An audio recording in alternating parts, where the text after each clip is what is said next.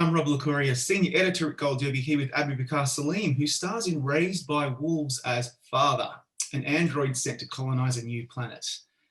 It's an extremely exciting and immersive, breathtaking sci-fi show. And, you know, I really enjoyed the show and I really enjoyed this character. And I'm just wondering, you know, what did you think of this breathtaking, singular vision that was so enthralling when you first came up upon it? What were your thoughts initially? Yeah, I mean, well, the first time I remember getting the script through, and I remember reading it and thinking to myself, "This, I've got no chance of getting in this world because it was so beautiful and so brilliant. It was almost something that I was worried of even like touching because it was amazing. And I think, the knowing that the visionaries behind it also, with Ridley Scott being, this again, like a, a, a bloody genius, Yeah. having, knowing that he was attached to something like this in this world was also, it just added so much to it. And I think there was a sense of like, you know, fear, but also an excitement because I had a feeling that I always say like I'm a massive sci-fi nerd, but I knew that being a part of this project, I haven't seen a show like this before. I've never read something like this before. And it was really, really scary. Like, it was like, this is incredible. This is such a world. What a world to kind of be graced with. Yeah, absolutely. You know, we all dream about working with someone like Ridley Scott. He's a legend. Like, I just think he's an icon to me. I Oh, just he's wonder terrible, mate. Absolutely what, terrible. just an awful person, just an awful person. Um, I'm sure you were thrilled about working with him, but when it actually came time to be on set with him, what was it actually like? Did he meet your expectations? Like, what was he like?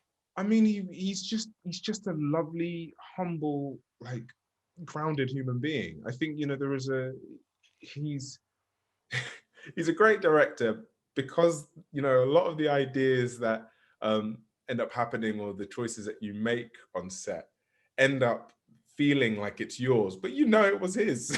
Like, he's just so good at guiding and directing and painting, these brilliant pictures in your mind as a creative to then react from and then bring to the world in front. He's just honestly, it's one of the first times that I've genuinely been on set with someone where I've felt like, okay, I completely understand why you are the genius that you are. Like I just get it. It's something within you that it's I don't know anyone else who could do this. This is you. Do you know what I mean? He's a powerhouse, a real powerhouse. Is there anything in particular that you could probably point to that you learned from him? I mean, you've been working for some time now, but I mean, to work with someone of that experience, Yeah. if in any profession, would be such a joy and thrill and gift. What did you learn from him in particular? I think you know what? It's the one I think, and it was during the actually weirdly the audition process and how when auditioning with him and his and giving and taking his direction, the big thing that I learned was just be brave. Make like be make those mistakes, make those daring, bold choices because at the end of the day, that's that's how you can find magic. I think he created such a safe space on set and even during auditioning where it felt like I could make a bold choice even though he is Ridley Scott and he's been in front of he's dealt with so many incredible actors within the industry Yeah. and he's seen it all. I still felt like I could do something and not feel embarrassed, and like I didn't have to prove myself to him. It was just like, hey, here is me showing you a side to a character which I feel is right. um Let me push that to 100, and rather than necessarily think of what he wants to see. So I Yeah. think it was be brave and really sort of there's no sense of and have no fear in regards to trying to impress everyone, you know what I mean? Yeah, absolutely. let's talk more about father, because I'm going to try to put this succinctly, but it's not easy for me to kind of put this in words. But with this character, because I just found watching the show to be an incredibly tense experience, and I had Right. no idea what was going to happen, and it was very uncomfortable, but in a good way. But with father, I just felt very much at ease and centered, because he's so Oh, loyal and that's lovely. protective and self-aware. And that's very paternal for many people. I suppose it was for me. Mm. And I just wondered, like, is that what you were trying to achieve when, like, for your own way to get into this android's head? What were you trying to achieve with him?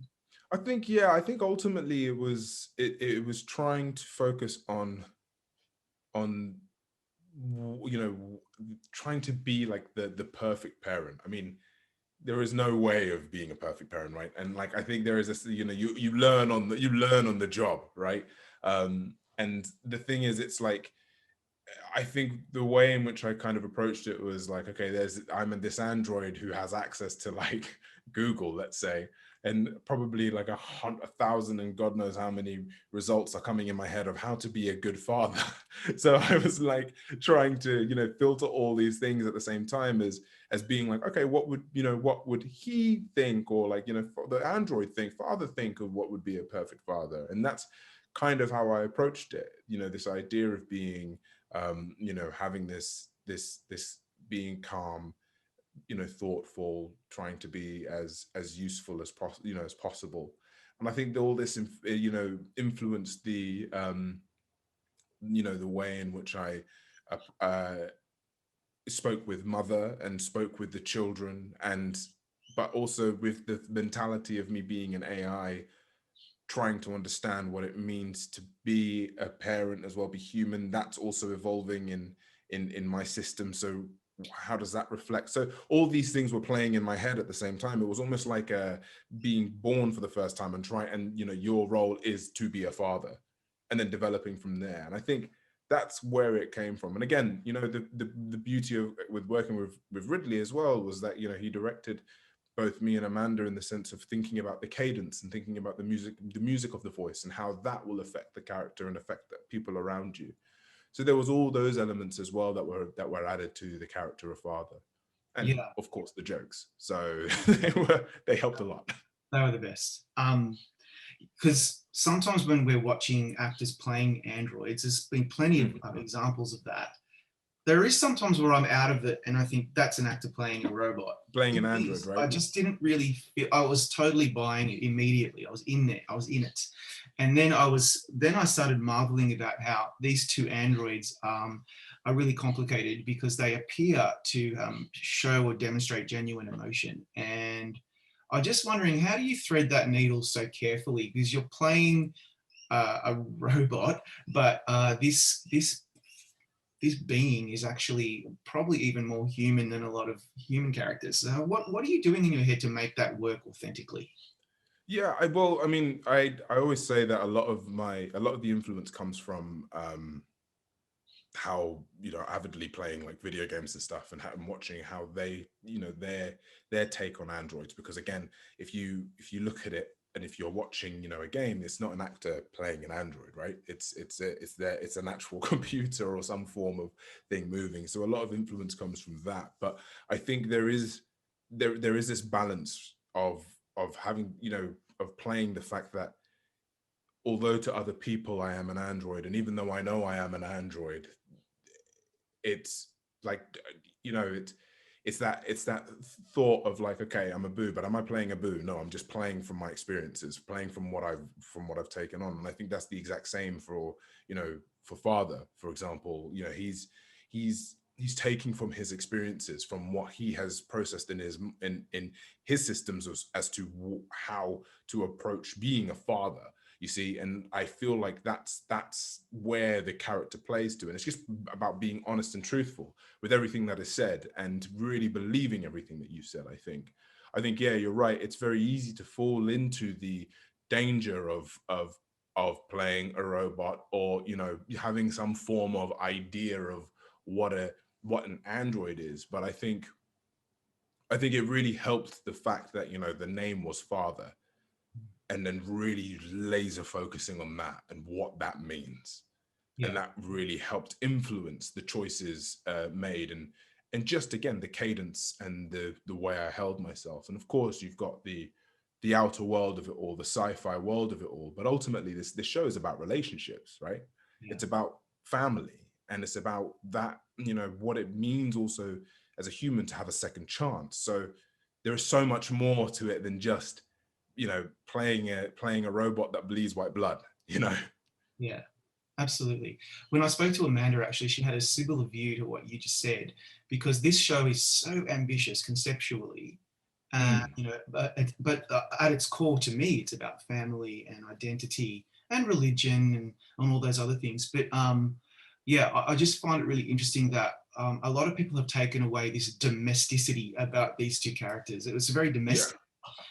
It was like, what is the perfect couple? What might they look like? And what is the perfect parenting look like, and how it all kind of goes awry? And just wondering, like, do you use much personal inspiration to kind of play that interaction with Amanda, or what was that like, that chemistry between the two of you? You know what? It was I adore Amanda, and it purely comes from the fact that she again is the type of artist who genuinely is so open and is so uh cool to just have fun and make mistakes. And I think that's again, it's in that space that you were able to dive deeper into these really dark places because you feel safe. And I think that's, there was almost like I didn't, again, we'd come out of most of all our scenes kind of really cool and happy and having a laugh because at the end of the day, we knew that we were playing and we knew that we could really go far with each other. And I think that's what was really grand about it. There was no need to really, I mean, of course, as an actor, you are harboring from, pulling from past experiences, but at the same time it is acting, right? And you are, and I think the safer the space is to play in those sort of scenarios, the more you can mine from it. And Amanda's a brilliant playing partner. There was or most of the scenes where we were arguing or fighting, we tried 101 different ways. And it was simply because of the fact we knew that we both really cared about this project. We really cared about each other's characters, and we knew our lines. We could play. If I decided to do something different, it's not going to throw her off because she's in the scene as well. She might do something different that will make me react. And that's where that I feel like the magic of it all happened, in that communication, which was, again, just so much down to also to how she approached the scenes. Yeah. You know how father's loyal and protective and self-aware, and he Mm. starts to develop over the season, but then there's a reset towards the end. Yeah. Then you've got to kind of start again. Did that have an impact on the way you were playing him? And what did you think of that story arc? Yeah, I think it was. I thought I had it was a lot of fun. It was a moment where it was like reminding, it's reminding not only father but also the audience that he is an android. And when I remember reading that episode and seeing that reset, the idea of being a completely different character, and thinking to myself, oh wow, okay, I've now got the chance to play a different version of myself. It was a blessing. It was really a blessing, and it was really lovely to have that opportunity to see what would the Mithraic have programmed me to be. I was able to change my voice. I was able to kind of change the way in which I walk and the way in which I approach, and it was really it was such a blessing to kind of fall upon that opportunity to then get reset back was really lovely as well. Yeah. So yeah, it's good fun. I mean, when do you ever get the chance to play like more than one character, in a show? It's great. It's so good that you're a glass half full kind of guy, because when I was watching it, I was thinking, oh shit, now he's got to go back to something else. And how they're putting this guy through the ringer. But I'm glad that you kind of felt that it was more of a challenge that you were happy to I accept. love it, man. Yeah, it's so much fun. It's so much fun because it is that whole thing of like, okay, it's a different reality to the reality that we're all used to, right? So Yeah, yeah, it was great. that's true.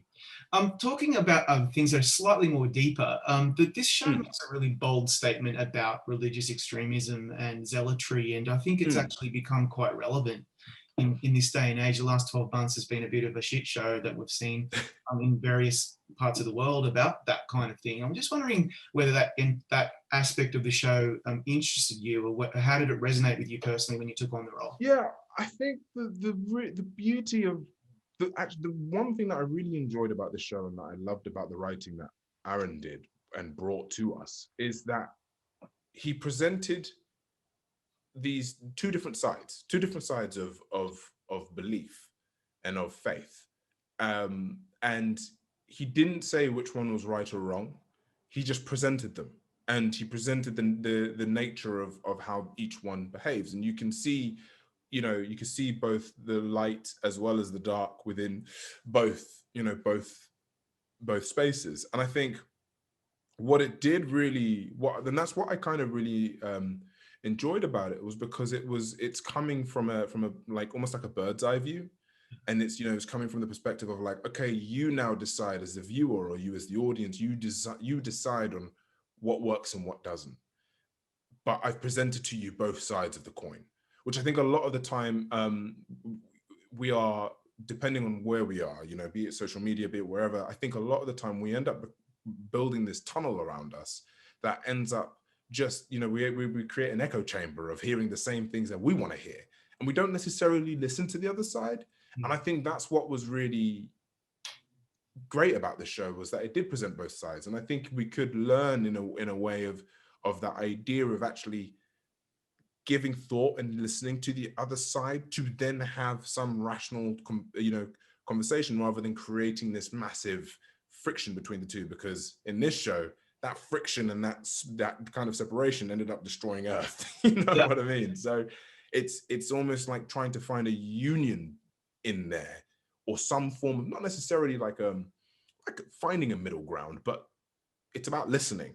And I think that's what's so great about the kids in this show, and especially Campion, because when you look at Campion's perspective, he's coming at it fresh, and he's coming at it from a perspective that is that he's being told what mum and dad says, but hey, instinct, inherently we always think mum and dad don't know it all, but then we're also getting the experience from seeing the other side of it all as well. And I think he's trying to figure out what works and what doesn't. And I think that's kind of where we should be coming from, rather than necessarily, vehemently believing this or vehemently believing that, Yeah, absolutely.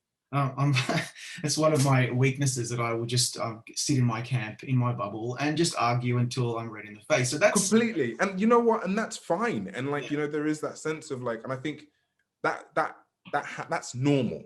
And I yeah, think what I do think is that what we need to almost train ourselves as well to do, and is also to really listen as well, because it's hard, because sometimes it is quite quite wild. Like, I mean, look, we're in a time right now again where all sorts of conspiracy theories and thoughts are being passed off, and yeah, it's really wild to think like, okay, if that's truly where you believe it comes from, but most of the time it really just comes from fear, right? And it's this fear of the unknown, and but they're not, yeah, it's a weird one, man. It's a weird one. But yeah, sometimes you do need to just sit, hold fort and actually fight your side, because at least then some people might answer, might listen. true. I mean, and that's the beauty of what a lot of sci-fi does. And finally, what it also does is it just gives us like this really fascinating casting. You were cast as this father alongside Amanda Collin, a tall, thin, white female. You're Yeah. a black male, but you're playing these two androids. Your ethnicity, your race, really had nothing at all to do with the character. Oh, It's so and it's interesting. so beautiful. It's Yeah, so nice, man. Like it's I was thinking this the other day, and I was thinking like, this is a show in which one, race wasn't brought up at all, and it has nothing to do with the world in which we're in. Like, it's almost like the future is beyond that. yeah, And it was, or like, it's a universe that it doesn't exist, like it's not an issue. And yeah, man, like it was It is. It feels like, as an actor anyway, it feels like, okay, this is what I want to do. This is why I signed on to do this, is to play characters that are characters, first and foremost, rather than pinned to a color of their skin or the gender that they are. It's just about the character. And it is, yeah, as you can see, like, with the whole cast, it's such a diverse cast, right? But it's like, it's not a thing. You know what I mean? Yeah. It's like, it's normal. It's just what it is. Yeah. Like after 10 seconds of using my eyes, it just didn't occur to me again, because I was really so invested in what the characters were saying and doing. In the story, right? Yeah. Yeah. And that's the beauty of the show and Aaron's vision. So look, unfortunately we've run out of time, but I know you're probably super excited about season 2. Will you be heading off to Cape Town at some point soon to start production? Yeah, I can't wait, man. We're getting ready. They've got me training. They've got me eating basically broccoli and rice right now, getting ready to get in that lovely latex suit. So yeah, I'm super excited for it, man. I'm really excited to jump back into this world. And I've already, I've read a few episodes, and oh boy, like it's a world. Oh yeah. I think there'll be more internet debate about what that ending was all about, and we're looking forward Absolutely. to answers. And that latex suit, man, geez, that I need Isn't it something? months to put that thing on. But anyway, Yeah. it's crazy. Abu, thanks for your time today. Really appreciate it. Congratulations on a really awesome season 1. Thank you, man. Thank you.